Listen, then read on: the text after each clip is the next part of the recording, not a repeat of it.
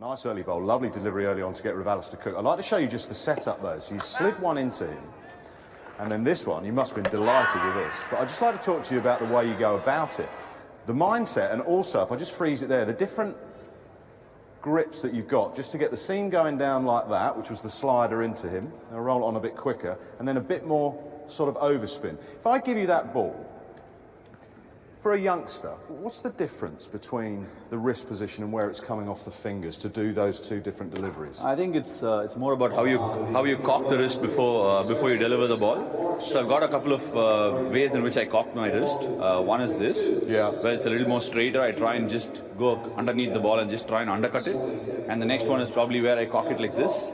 And the other one is where I cock it like this, and the one that goes straight on. So for my arm ball, I cock it slightly differently, but it's very difficult to pick it because I try and hide it, mask it behind my side-on action now.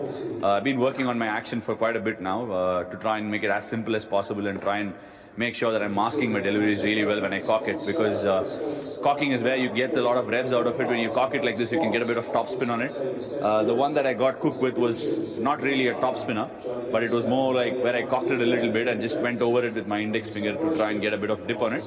It actually dipped at the right time, so it could just hold its line a little bit more. So just for a youngster, if you're trying to bowl a big spinner, a normal off break, what finger is the ball coming off?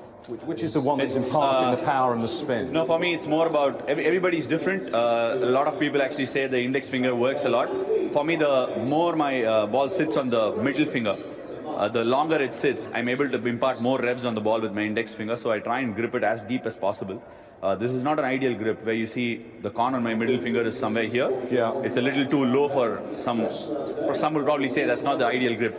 But the more it sits on my middle finger, like sometimes it just goes deeper here. If I can just show you here. Just starts going a little deeper. Yeah. So as it starts going deeper, I'm able to impart more revs with my index finger, and that's rhythm for me. I mean, different people use different words to get their rhythm out, but that's rhythm for me. With the carom ball as well, I mean, I see you here jamming it quite hard into your hand. How long did it take you to perfect that and be able to land it comfortably? You get some lovely drift there. And then the power in your finger, if we just slow it down as it comes out of your hand here. Roll it on a bit quicker and then slow it here. The power in your finger to flick that out. How long did that take to perfect? The one there actually is not the carom ball. Okay. Before I've used to, I never used to show my grip as a carom ball. Usually my carom ball comes out from the front of the hand. Now I've developed the one that goes underneath, more of a back flipper, which gives me the drift away from the left-hander and into the right-hander. And I also go underneath the seam a little bit for it to straighten at times. If the wicket is aiding a little bit of turn, I think that ball would be lethal in the second innings, because I perfected that over the last 24 months to try and get the ball to in drift. Because usually seeing the way it comes out of my hand, batsmen set up to play through the offside, the right-handers. But now I've tried and got the ball underneath in terms of trying to get it to drift into the batsman.